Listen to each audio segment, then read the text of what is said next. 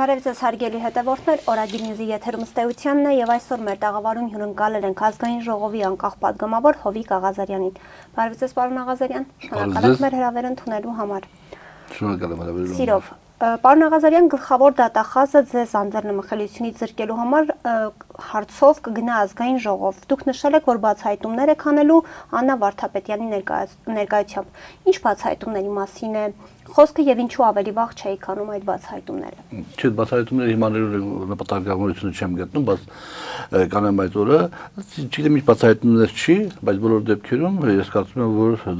դրանցով ես պետք է փորձեմ հիմնավորել այս գործընթացի ինչպես պատճառահետևանքային կապը, այնպես էլ նպատակները։ Բացահայտումները կլինեն եւ իրավական, եւ քաղաքական բնույթ։ Եթե ինչ-որ հրաշքով Աննա Վարդապետյանը ազգային ժողով չգա ու ձեզ չզրկեն անձեռնմխելիությունից, դուք միևնույնը կանեք այդ բացահայտումները։ Դե բաներ կա, դեպքում դրա անհրաժեշտությունը կկորի, իրավական բացահայտումները դրա անհրաժեշտությունը կկորի, քաղաքականները այո կանեն։ Այնքանով որքանով որ ես այդ անհանգստությունը ունեմ, որովհետև դրանք ինքն նպատակ չեն։ Այսօր մենք ապրում ենք շատ տուրբուլենտ ժամանակահատվածում եւ ես անհանգստություններ ունեմ որոշակի դեպքերի որոշակի զարգացման հետ կապված եւ հետեւաբար պետք է փորձեմ դրանց լարնել իհարկե իշխավոր իմ ուժերը կպատի բնականաբար իմ համեստ անձի ներդրումը իշխանով կլինի դա արդեն այլ հարց է։ Այսինքն այդ բացահայտումները կարող են խոչընդոտել ձեզ անձեռնմխելիությունից զրկելու այդ գործընթացին։ Չէ, չեն խոչընդոտի։ Այդ բացահայտումները բանակ հիմնավորեն, որ այն ինչ որ արվում է իմ նկատմամբ, դա քաղաքական ճնշում է ուղղակի։ Այդ իմաստով։ Չեն խոչընդոտի, որովհետև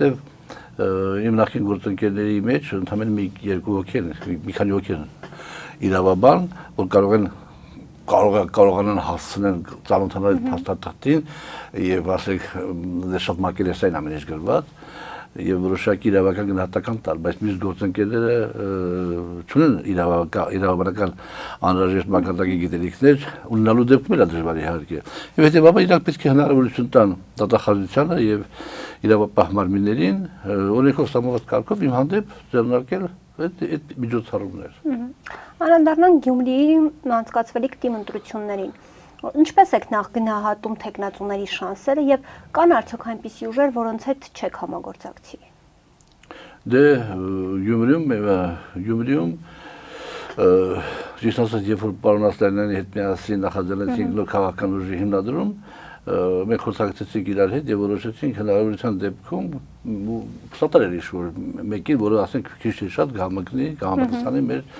սկզբունքներին եւ մենք համակիրների մեծ շրջանակներ ունենք Գյումրիում, իրենց հետ խորհրդակցելու արդյունքում որոշեցինք, որ մենք կսատարենք, իրանք խորհրդեցին, որ մենք կսատարենք Արտյոմ Թումանյանին։ Հիմա հետեւաբար մենք մեր նորից մեր համեստ ներդրումը պետք է ունենանք, ինչքան որ օգտակար կլինենք, որպեսզի Արտյոմ Թումանյանը հասնի իր թիմով հասնի իր նպատակին։ Իսկ իր նպատակը Գյումրու հավաքանություններում հաղթանակ տանելն է։ Հիմա ինչ վերաբերում է ընդհանրապես տեխնատուների, այսպես կոչված հնարավորություններին, ես ասեմ, որ տեխնատուները բոլորն էլ ուժեղ են։ Մեկի ուժը պայմանավորված է նաև իշխանական աջակցությամբ, իսկ մյուսները լեշ որ բոլորին ճանաչում եմ, անձամբ փաստորեն ասած ճանաչում եմ միայն Արտյոմ Թումանյանին, պարոն Վարդան Ղուկասյանի հետ պատգամավոր ենք եղել մի հատված, ազգային ժողովի, բարևայրուս շփվել ենք, ասենք, որևէ այսպիսի ճանաչողական բնույթի զրույցներ չենք ունեցել, եւ հետեւաբար ես գտնում եմ, որ բոլոր տեխնատուներն էլ ուժեղ են,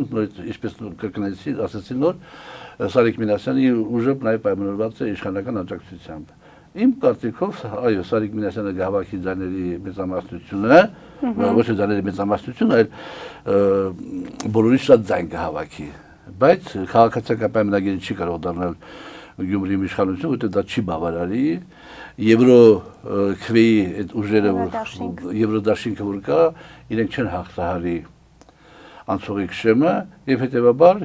Գյումրին կունենա ընդդիմադիր իշխանություն, կենտրոնական իշխանություններին ընդդիմադիր իշխանություն։ Սա այդքան էլ վատ բան չի, եթե չասենք նույնիսկ որ սա լավ բան է։ Եթե մենք բոլորս դգտում ենք ժողովրդավարության, ապա սա լավ հնարավորություն է տալիս, որպեսզի գյումրեցին շահի Ինչպես կշահի հետո բարձ հասարակ ձևով, որ այդ սարիկից բացի որ կոալիցիայի ձևով ինչ-որ ձևով դառնա քաղաքապետ, բնականաբար ինքը դրանք չեն կիսում կենտրոնական իշխանությունների շատ տեսակետներ եւ հետեւաբար իրենք կլինեն այսպես կոչված իշխանությունների խոշորացուցային վերահսկողության տակ, իսկ դրանից կշահի Գյումրի քաղաքացին կշահի, Գյումրեցին կշահի եւ տվյալ անձով որ դառնա քաղաքապետ, ինքը պետք է ցույց տա իր ամենօրյա աշխատանքով ջանք ու եղան չխնայի, որ ապացուցի, որ Գյումրեցին չի սխալվել։ Այստեղ շատ լավ բան է։ Երբ որ ես քաղաքացիական պայմանագրի կուսակցության անդամ էի դեռևս, եւ նմանատիպ իրավիճակներ էր լինում, որ ասենք ընտրություններ, թիմ ընտրություններ, ես ինչ բանաձև էի առաջ քաշում։ Այնտեղ որտեղ որ հաղթում է քաղաքացիական պայմանագրի կուսակցության տեխնացուն, հաղթում է քաղաքացիական պայմանագրի կուսակցությունը։ Այնտեղ որտեղ որ չի հաղթում քաղաքացիական պայմանագրի կուսակցության տեխնացուն, այդտեղ հաղթում է քաղաքացիական պայմանագրի կուսակցության գաղափարախոսությունը, այսինքն ժողովրդավարության իմաստով։ Հետևաբար ես բանաձևը լավ կլինի, որ իմ նախին գործընկերները հաշվի առնեն։ Իսկ կան այնպիսի ուժեր, որոնց հետ համագործակցությունը բացառում եք։ Այս պայմանությամբ Արտем Թումանյանը եւ թիմը հայտարարել են, որ չեն համագործակցելու քաղաքացիական պայմանագրի հետ։ Պարոն Աղազարյան, կարծիքներ կան, տեսակետներ կան, որ ձեր այն տեխնացուն, որին դուք եք աջակցում, գաղտնի ԿՊԱ-ական է։ Ինչպես եք վերաբերվում այս կարծիքներին։ Չէ, Արտем Թումանյանը ԿՊԱ-ական երբեք չի եղել։ Աջակցում է Նիկոլ Փաշինյանին, Նիկոլ Փաշինյանին չի աջակցել, ինքը աջակցել է հեղափոխությանը, ինքը հեղափոխական արժեքների կրող է եղել եւ ակնհայտորեն իր գնահատականով ես էլ համաձայն եմ այդ գնահատականի հետ քաղաքացիական պայմանագրի կուսակցությունն է շեղվել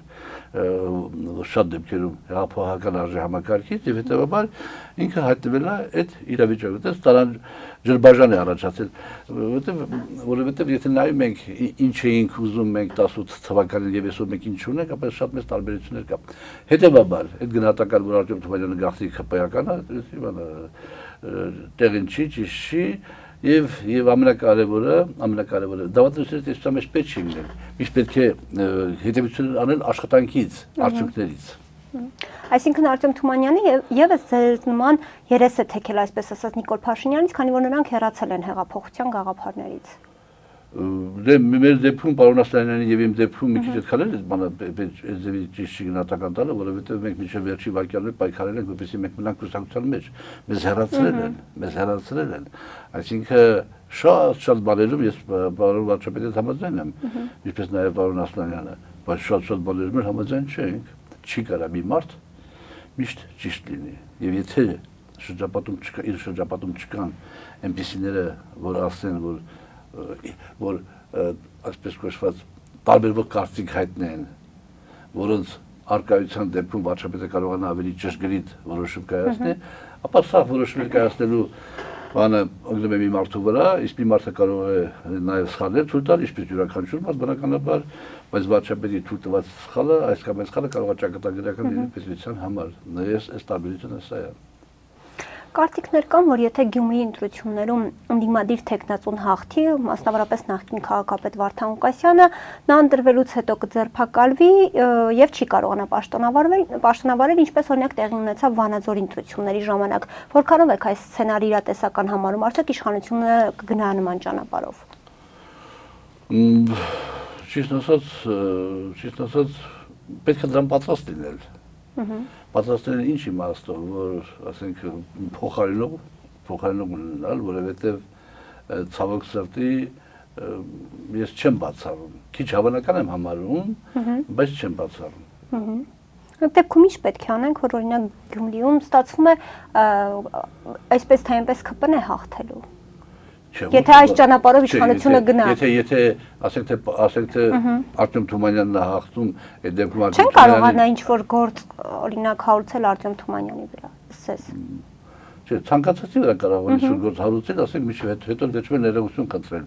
բնականաբար հասնել այդ նպատակին, բայց հետեւաբար ասում եմ, որ պետք է բոլորն էլ, Արտем Թումանյանն էլ, Ռուբեն Մխիթարյանն էլ, Վարդան Ղուկասյանն էլ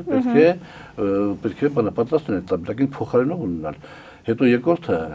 հա, ասենք թե այդ բանն արեցին, վաղ միշտ համապետական ընտրությունն է, բայց հետո ոնց են արելու։ Ժողովուրդը այդ ամեն ինչը տեսնում է, չէ՞։ Ասենք թափանցիկ արդար ընտրություններում, եթե Վարդան Ղուկասյանը հավաքի 51% ձայն եւ իրեն կառանավորեն, դա սարսափելի բացասական հետևանք կունենա ընդհանրապես մեր պետության վրա։ Ես խորհուրդ կտամ, որպեսզի ձեռնպահ մնալ։ Մյուս կողմից էլ հենց մեր տեխնատուն, մեր այն տեխնատուն, ում մենք սատարում ենք, Արտեմ Թումանյանը իր 31-ի ժամանակ ասաց. Եթե կար այդպիսի բաներ, միջև անեիք, ինչ էիք անում, 7 տարի ժամանակ ունեիք, ինչի չէիք անում, հետևաբար ինչի եք բերում հենց այդ որ ասում արժեհամակարգ, այդ արժեհամակարգը աղավաղում ինտրովի արդարադատություն իրականացնում։ Պարոն Աղազարյան, վերջերս շատ եք նշում, որ Նիկոլ Փաշինյանը մտադիր է արտահերթ ընտրությունների գնալ եւ հենց այդ ճանապարհով ձեզ եւ մյուսներին զրկել մանդատից։ Ինչու եք այդքան վստահ, որ Նիկոլ Փաշինյանը կգնա այդ ճանապարհով եւ երբ ընտրություններին 1 տարուց մի քիչ ավելի ժամանակ է մնացել, ինչ կտա արտահերթը Նիկոլ Փաշինյանին։ Դե բնականաբար ես չեմ ասում, որ արտահերթ ընտրությունների գնա, որպեսզի մասնավորապես զրկի մանդատից, ես ուղղակի երեք երբ ասացի, որ ավելի գեղեցիկ ճանապարհ կա այս մանդատից զրկելու, քան այդքան չարչարանք, այդքան տանջանքը։ Եթե Գյումրի պարտություն են կրում, իշխանական թիմը պարտություն է կրում, դա ահազանգ է, եւ այդ ահազանգը քաղաքացիական պայմանագիրը վարչապետի գլխավորությամբ պետք է օգտագործեն եւ գնան արտահայտ ընտրությունների։ Թե ինչու էլի նորից կներեք, այսպես կոչված կոնսպիրոլոգիայի համար, ես չասեմ, հիմնավորումները չբերեմ, որովհետև ես ինքս դեմ եմ, որ լինի արտահայտ ընտրություններ։ Հետևաբար ես չեմ ուզում պատճառների մասին խոսել եւ որևէ գաղափար չհուշել։ Բայց ես կարծում եմ, որ իրանք այդ գաղափարները լավ տիրապետում են եւ պարտությունից հետո մինչեւ ամսի ապրիլի 10-12-ը կգնան այդ քայլին։ Դա իմ մոտ խորը համոզմունք է, որովհետև դա բախում է իրանց շահերից։ Կոնկրետ ինչ կտա դա Փաշինյանին արտահերթը։ Հիմա իրանց շանսները շատ ավելի բարձր է, պաշտպանելու իշխանությունը, քան դա կարելի է 26 թվականին։ Պարոն Աղազարյան, Անդրանիկ Քոչարյանն այսօր հայտարարել է, որ մենք ապրիլյան պատերազմում ենք պարտվել։ Կիսում եք այս տեսակետը։ Պետք է սահմանել։ Պետք է սահմանել ինչա պարտություն, այդ ժամանակ ես կարող եմ հարցի պատասխանած եմ։ Մարդիկ եղել էին ղեկավարներ, երկրի կեսը կորցրել են, համարել են հաղթանակ պատմության մեջ։ Այդպես դեպքեր են եղել։ Հետևաբար պետք է սահմանել ինչ նշանակում պարտություն, ինչ նշանակում հաղթանակ, այս ժամանակ կարող եմ պատասխանել, հիմա ես այդ հարցին չեմ կարող պատասխանել։ Փաստացի ապրիլյանի ժամանակ մենք չենք կորցրել Արցախը, չենք ունեցել այսքան շատ զոհեր։ Եթե այս ամենի համատեքստում արդյոք պարտվել ենք մենք այդ պատերազմում։ Ապրիլյանի ժամանակ կարող ասեմ, որ պետք չի համատել իրար հետ իրենց արհավիկային աստիճաններով եւ հետևանքներով իրենց համատել չի կարելի, բայց նորից եմ ասում, պարտվել ենք թե չենք պարտվել, ես այդ գնահատականը չեմ կարող տալ, միշտ սեղանի վրա չլինի սահմանում, թե որոնք ուշը պարտություն։ Հայաստանի եւ Ադրբեջանի միջև այսպես ասած խաղաղության համաձայնագրի բանակցություններն ավարտվել են, խոսվում է պայմանագիրը կնքելու մասին, սակայն այս ամենի ֆոնին ադրբեջանական կողմը անընդհատ ապատեղեկատվություն է տարածում Հայաստանին մեղադրելով հրադադարի ռեժիմի խախտման մեջ։ Ինչի մասին է սա վկայում, ինչու է Ադրբեջանը շարունակում այսպիսի ապատեղեկատվություններ տարածել։ Ձեր գնահատմամբ արդյոք նա նոր պատերազմի կամ նոր հարձակման է պատրաստվում։ Այո, Ալիևը ես միշտ էլ ասել եմ, որ ինքը միշտ պատերազմի կրակը մարմադ է պահում, երբ որ գտնի, որ կսկսի եւ կմարսի, ինքը այդ բանը կանի խաղաղության պայմանագիրը ստորագրվի, թե չստորագրվի։ Հիմա այս կոնտեքստով եւ խաղաղության պայմանագիրը ստորագրելուց հետո էլ դե որոշակի հարցեր կան, որ անհասկանալի է դառնում, որ խաղաղության պայմանագիրը դառնում է խաղաղության պայմանագիր, թե դառնում է պատերազմի այսպես կոչված հրովարտակ հետագայում։ Ստի ես ուզում ասել հետևյալը, վարչապետը, արտաքին գործերի նախարարը, ընդհանրապես կառավարությունը այս ֆրոնտում այն նպատակները, որ հետապնդում էին, արդեն իրենք հասել են այդ նպատակին։ Այսինքն ես կարծում եմ արդեն աշխարհում քանի մարդ կա, որ Հայաստանին ճանաչում է, գիտի որ այդպիսի պետություն կա, բոլորը հասկացել են, որ Հայաստանը անկեղծորեն ձգտում է խաղաղության։ Սա շատ կարևոր բան է, որ աշխարհում այդ ընկալումը լինի։ Բայց մյուս կողմից ամենահիմարին էլ պարզ է, որ մենք իսկապես ձգտում ենք խաղաղության, որովհետև մենք չենք կարող պատերազմով հարցեր լուծել Թուրքիա-Ադրբեջան տանդեմի նկատմամբ, որովհետև ինչպես տեղյակ եք, Թուրքիան եւ Ադրբեջանը ռազմաքաղաքական դաշինք ունեն, եթե որևէ երկիր հարձակվում է Ադրբեջանի վրա, դա նշանակում է հարձակվում է Թուրքիայի վրա, եթե որևէ երկիր հարձակվում է Թուրքիայի վրա, դա նշանակում է հարձակվում է Ադրբեջանի վրա։ Հետևաբար 3 միլիոնանոց պետությունը պատերազմ հայտարարի 90-ից ավել միլիոնանոց ուժին դա ծիծաղելու է։ Բայց բոլոր դեպքերում այսքան ժամանակ այս խաղաղության պայմանագրի գործընթացը որ գնաց, ես կարծում եմ որ նորից եմ ասում աշխարհում չկա մեկը որ գիտի որ Հայաստան կա եւ Հայաստանը ձգտում է խաղաղության։ Այստեղ արդեն հետեւաբար մեր բարձրացան պաշտոնների հրատարակությունը պետք է միշտ փոխվի Ադրբեջանի նկատմամբ։ Այսինքն այդ կապիկություններին պետք է տրվի արժանի գնահատական, որ կրակել են եւ այլ եւ այլ եւ այլ եւ այլ եւ այլ։ Արժանի գնահատական պետք է տրվի, որովհետեւ արդեն ակնհայտ է որ մենք չենք սադրի պատերազմ։ Պետք է նորից եմ ասում ամենավերջին հիմարին էլ պարզ է։ Ես կուզեի որ մեր բարձրացան պաշտոնյաները adekvat արձագանքեն այդ իրավիճակին եւ մի քիչ ասենք կտրուկ պատասխան տան։ Թվում է թե Ադրբեջանը հասել է այսպես ասած իր պահանջների իրականացմանը, միջազգային հայցերից հրաժարմանը, ինչու է շարունակում ճնշումը մեծացնել, ինչի է ուզում հիմա հասնել, երբ որ արդեն իր բոլոր պահանջները, այսպես ասած, Հայաստանը համաձայնել է։ Որովհետև ինչպես մենք, այնպես էլ Ադրբեջանը ձգտում է խաղաղության։ Մեր խաղաղության ընկալումը ես արդեն ասացի որ նա հարևանների հետ ապրել, նորմալ, շփվել եւ այլ ճանապարհները բաց, գնալ, գալ ամեն ինչ։ Ես այդ ամեն ինչը մաքուր հայերենով ասած ամեն ինչին օքեյ եմ։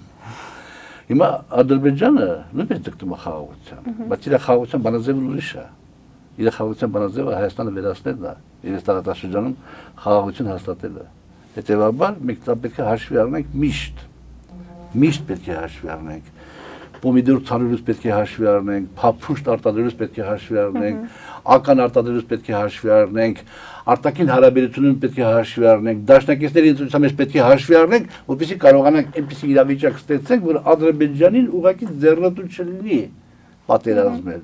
Եթե Ադրբեջանին ձեռնտու եղավ պատերազմել, ուզում եք մի քանի հատ խաղաղության պայմանագիր կնքեք, դրեք իրար վրա, այսինքն հաստատության, որ ականը չծակի, բայց պատերազմը կարող լինի։ Այսինքն այնուամենայնիվ, եթե նույնիսկ Ադրբեջանը ստորագրի այդ թուղթը, մենք իրական խաղաղություն չենք կարող։ Մենք իրական խաղաղություն, հիմա եթե Ադրբեջանը անկեղծորեն ուզում է խաղաղություն, ապա անկլավների հարցում ինչի հստակ չեն իրավիճակը, ինչու հստակ չեն իրավիճակը, որ գնանք երկու երկրներով գնանք են տարբերակով, որ այն որ գտնվում է Հայաստանում, որ Տիգրանաշենը կղզիացված գտնվում է Հայաստանում։ Ես որևէ տիրապետում եմ դա մասին կասեմ, որովհետև չեմ տիրապետում չեմ ասել։ Այն որ գտնվում է Հայաստանում գղզիացված ձևով, մնա Հայաստանի տարածքում, այն որ գտնվում է Ադրբեջանում, օրինակ հիմա Ռարդվաշենը, մնա Ադրբեջանի տարածքում։ Իհարկե այստեղ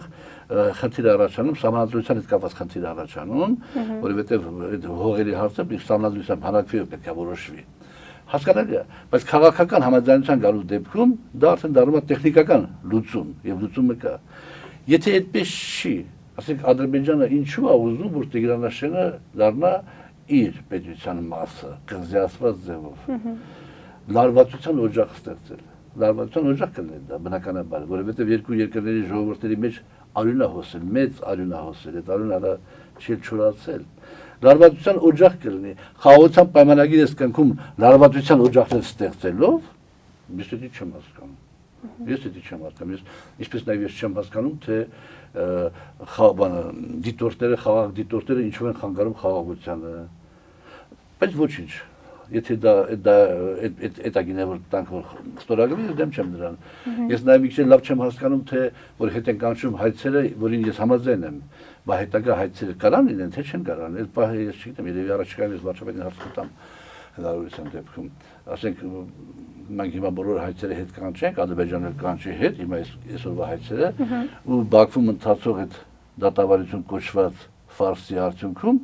գան մի հատ ինչ-որ հանգրվանի, որ իրանք դիմեն նորից դատարաններ։ Կա այդ հնարավորություն, թե չկա։ Այդ հարցերի պատասխանը լավ կներ ունենայինք։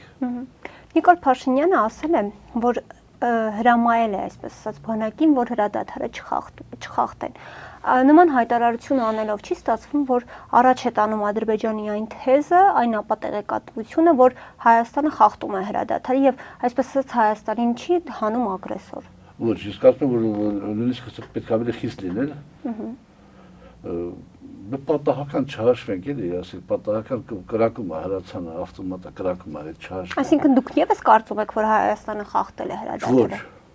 Ոչ, ես կարծում եմ, որ չի խախտել, ես վստահ եմ, որ չի խախտել։ Ես վստահ եմ, որ չի խախտել։ Բայց ես համաձայն եմ, որ Հայաստանը, չգիտեմ, այդ օրենքը կա թե չկա, թե հրամանի ձևով պետք է լինի, պաշտպանության նախարարի հրամանի ձևով պետք է լինի, թե ոնց, որ այսպես կոչված ինքնագործունեություն չծավալվի։ Եվ ինքնագործունեություն ծավալողը խիստ պատիժ կրի։ Մի կողմից, մյուս կողմից էլ Ադրբեջանն ասվի, ախպեր դենդ կտրի զալեստարը։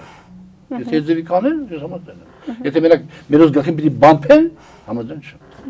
Պարոն Աղազարյան, նախորդ շաբաթ Հայաստանի հրավերով Հայաստան էին այցելել թուրք լրագրողները, որոնց այցելության համար այսպես ասած ծախսվել էր 7.5 միլիոն դրամ։ Ինչ կտա նրանց այցը Հայաստան։ 7.5 միլիոն դրամ, դոլար։ Դրամ։ Դոլար։ Ինչ կտա նրանց այցը Հայաստան, մանավանդ այն դեպքում, երբ որ արդեն թուրք լրագրողները այսպես ռեպորտաժներ են պատրաստում եւ Երևանը ներկայացնում են թուրքական քաղաք։ Այսինքն ոչ թուրքական քաղաք։ Այո, իրենց ռեպորտաժներում Երևանը ներկայացնում են թուրքական քաղաք։ Ես չեմ հանդիպել, կարող նկարագրեք մի քիչ դեր։ Դա իրենք նշում են, որ Երևանը թուրքական քաղաք է։ Ինչ օգուտ ստացավ Հայաստանը այս լրագրողների այցից։ Ես ճիշտ ասած, դա ինձ մենակ վիրավորել էր այն հանգամանքը, որ ասենք մեր գումարների հաշվին, ոչ թե որպես նյութական ծախսի իմաստով, այլ դա ինչի է, մենք բանը ծախսանենք գան, դա մի տեսակ անհասկանալի է իմ համար, միգուցե սխալվում եմ, բայց ինքնին այդ բանը հրավերը, ես քան էլ չեմ նայում,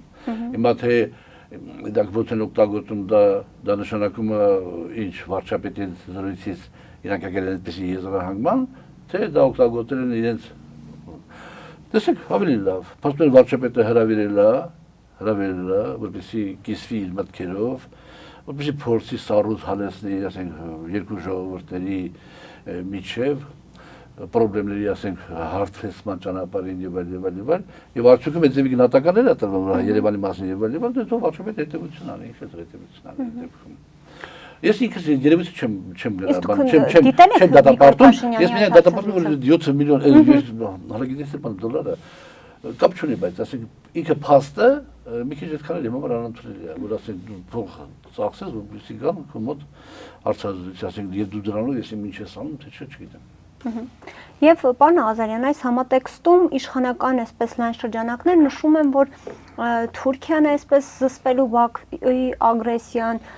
դուք կիսում եք այս տեսակետը։ Ոչ, չեմ կիսում։ Ժամանակին Թուրքիան ամեն ինչ արեց, ստեղծեց Ադրբեջան պետությունը։ Ես այն մտքերին չեմ, որ ով են ադրբեջանցիները, ով չեն ադրբեջանցիները, որտեղ են ծնվել, որտեղ են եկել։ Իրանք էլ ապրել են դարերով, ապրել են ինչ-որ միավորվել են, ձուլվել են, այս կողմեկում դարել են բանը ազգ ժողովուրդ, բայց Թուրքիան ստեղծեց Ադրբեջանի հանրապետությունը, Թուրքիան ըստ էության ոչնչացրեց Արևմտյան Հայաստանի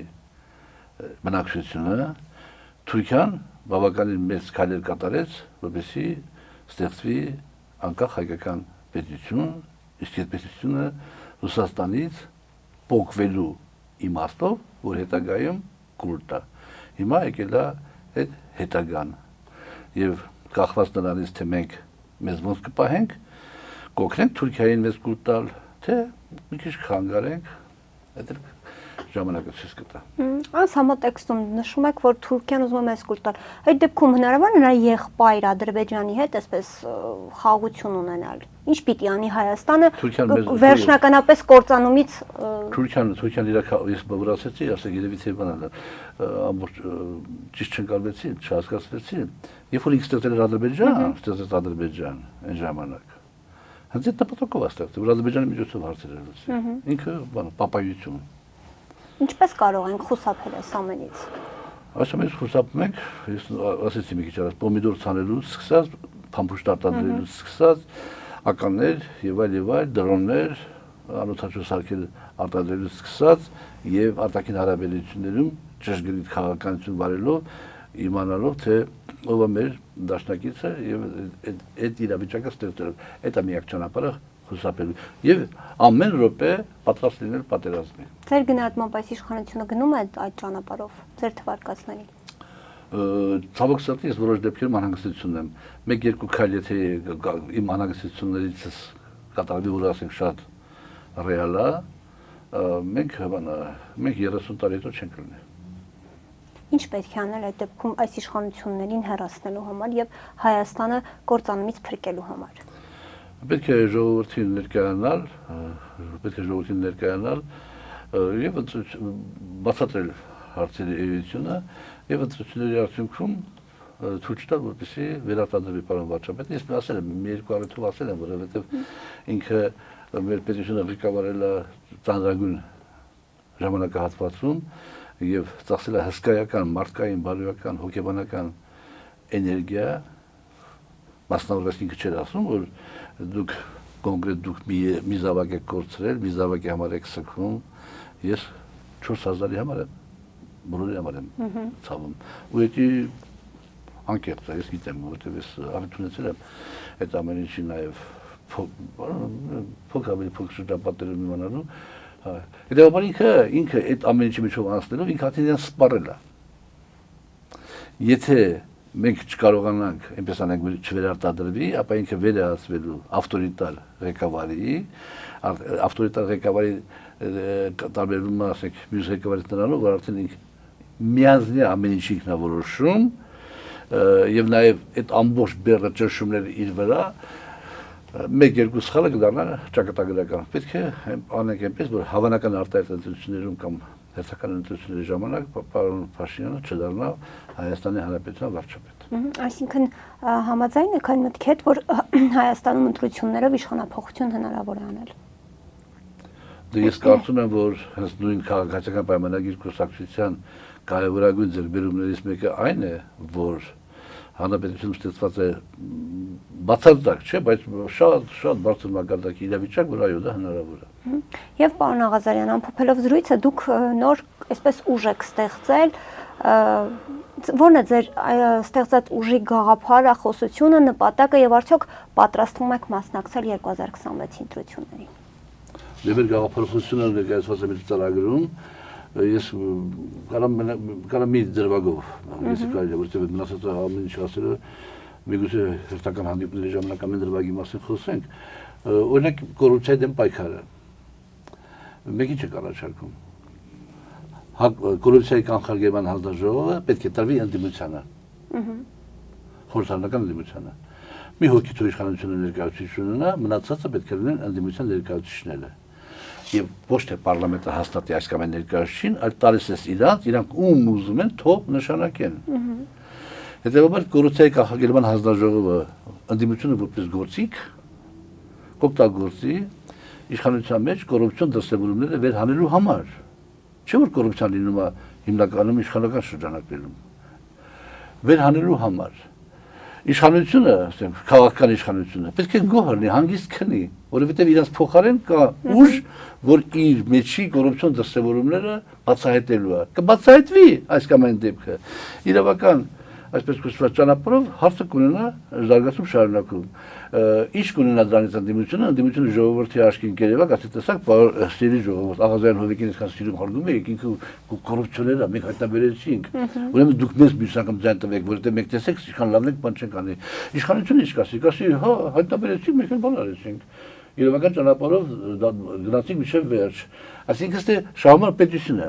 եւ նաեւ դա ունենում է մեծ զսպող ազդեցություն իշխանական շրջանակներում, որտեղ իշխանությունը ինքը մարդուն այլասերելու մեծ հատկություն ունի, հնարավորություն, ունակություն ունի։ Իշխանական շրջանակներում այդ ախորժակները այստեղից քիչն են այսքան կան հանգստանան, կասեն հանգիստ բան կան, նարիք սենց։ Այսինքն օրինակ, եթե դու անկեղծորեն ես պայքարում կոռուպցիայի դեմ, պետք է այդ հանձնաժողովը տաս կոռուպցիայի կանխարգելման հանձնաժողովը պետք է տաս ընդդիմությանը, դատախազություն, ԱԱՑ, քննչական կոմիտե եւ այլ, ՊՎՑ, սա պետական է, ցողոդել դեմ ինչ տարբերություն։ Չէ՞ որ դիպուտին նույնպես իշխանության մասը գրողտան։ Երբ որ ոչ վաղ անցյալում այսպես իշխանության մաս եք նման առաջարկ արել եք թե ոչ։ Այո, նման առաջարկ արել եմ, միջև իշխանություն գալեմ նման առաջարկ արել, բոլորը շատ խանդավառ ընդունում էին, միջև հեղափոխությունը շատ խանդավառ, բայց երբ որ հեղափոխությունն եղավ եւ մենք եկանք իշխանության եւ ես այդ հարցը բարձրացնեցի, դա սպիտակ ագրավ, որովհետեւ ոնց կարելի է պարոն Աղազյան, ճիշտ է, ձեր գաղափարը շատ գեղեցիկ գաղափար է, բայց չէ որ մենք սրբեր ենք ձեր հետ միասին, իսկ սրբերին վերահսկելը որն է։ Եթե ճիշտ է, երբ որ մենք իշխանություն չլինեինք, երբ որ Սերժ Սարգսյանն էր իշխանություն, այդ հանձնաժողովը տար մեզ օրինակի համար, եւ մենք հանգած ինչ-որ մեկը չլիներ, ասի, պարոն Աղազարյանը տեղյակ չի երևույթներից, որովհետև այդպես հանձնաժողովի ժամանակ չի եղել եւ այլն, խոսքը վերաբերում է սկզբում իմ անուն ինչ գտես դա ուրիշ հարց է։ Այ եթե Սերժ Սարգսյանը լիներ իշխանության եւ այդ հանձնաժողովը տար մեզ, որ Սերժ Սարգսյանի թիմի հերնանից էինք, դա ուրիշ բան է։ Հիմա մենք եկել ենք իշխանության սրբերին ոնց վերահսկենք։ Պետք է մենք սրբերին ոնց են։ Եվ պարոն Աղազարյան, չպատասխանեցիք իմ այն հարցին, որ մասնակցել եք արդյոք 2026-ի։ Անպայման մասնակցել ենք։ Հիմա եթե չհասցնենք գրանցվենք արտահայտությունների ժամանակ, որտեղ այս քալորը թղթերը գտանք, մենք հիմա էլ մասնակցելու ձև կգտնենք։ Շնորհակալություն պարոն Աղազարյան հետաքրքիր զրույցի համար։ Իմ հյուրներ ազգային ժողովի անկախ պատգամավոր Հովիկ Աղազարյանը։ Կհանդիպենք։